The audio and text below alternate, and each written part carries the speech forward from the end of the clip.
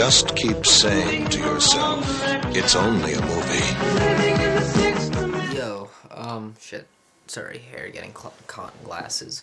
It's me, Stuart, for week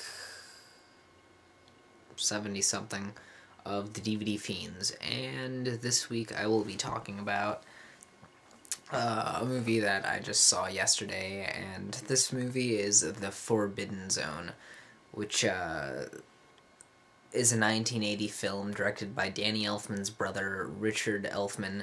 Danny Elfman does the music for it. Oingo Boingo, pretty much the entire band does the music for it. And, it's pretty crazy. I don't know how to explain this, so I'm gonna, intercut the trailer with this review. Yeah, it's, the visual style of it is insane. It's very imaginative. It's very kind of Tim Burton-esque, but Danny Elfman, more like Oingo Boingo music videos, but even far beyond.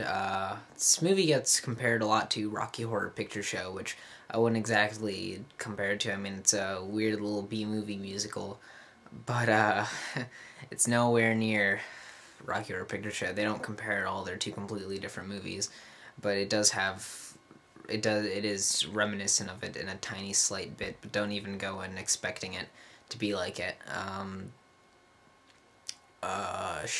Rocky Horror Picture Show is nothing like Forbidden Zone. It's a musical. And it's weird. This is even weirder, this movie.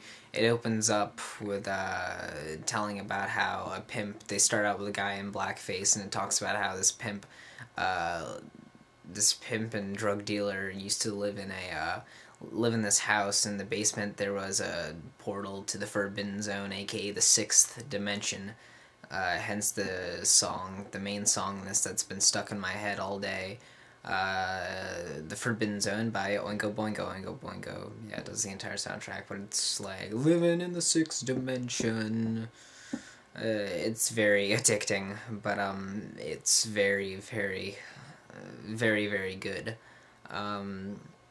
We then follow a family that lives there. To start to describe the members of the family is impossible. There's the Boy Scout brother of, well, first of all, there's the French exchange student there, who at first is kind of, do an impression, at first is kind of hard to understand when she's talking, because she has such a deep and kind of fake French accent, but it works with the style of the movie that it's in. And, oh boy, how else do I explain this? Yeah, and then the brother and the boy in the family is a 65-year-old looking guy in a Cub Scout uniform with one of those hats that has the little propeller thing on top, and then the grandpa, who is looks like just a 30-year-old guy with a giant beard on. He's supposed to be the grandpa, and he's in a wife beater. And then there's the mother and father, and the last name of the family is Hercules. And one day the French girl, falls down the flight of stairs and into the Forbidden Zone. And from there on, things just go apeshit crazy. And I'm not going to give away the entire story, but let's just say, if you've seen the cover of the movie, then you know that the girl on the cover, who almost looks like a transvestite, she's not, but she does with all that fucking makeup on. She looks like a drag queen. If you've seen the cover, she's holding her boobs rah. And yeah, that's the queen of the Forbidden Zone, taken by the king, who's no, he's not a dwarf. I think he's just a midget, and he's just very, very small, and he is the king of the Forbidden Zone. And that's as much as I'm gonna say. If you want to see the rest of this movie, just go check it out. It's it's pretty unique. It's something that I've never seen before, and it's definitely one of my new favorite movies, and I'm definitely gonna have to pick this up on DVD. But if you really want to see, if you're really interested in seeing something new, it's 1980, and I know, I remember Kush Links, or Alan Ambulancia, his channel,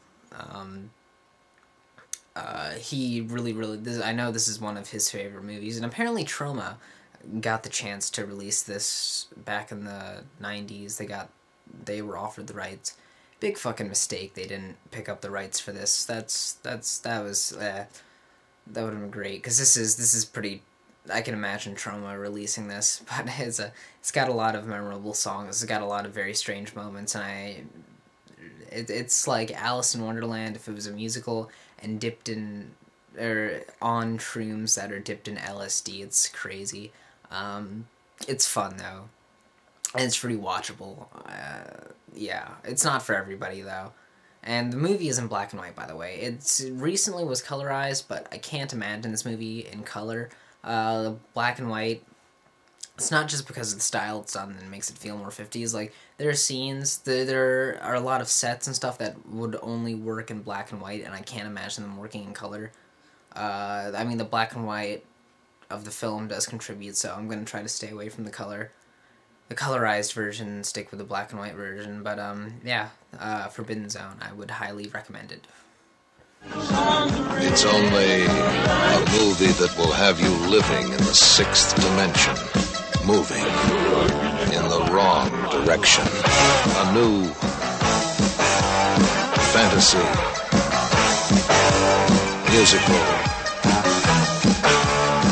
comedy. The Forbidden Zone.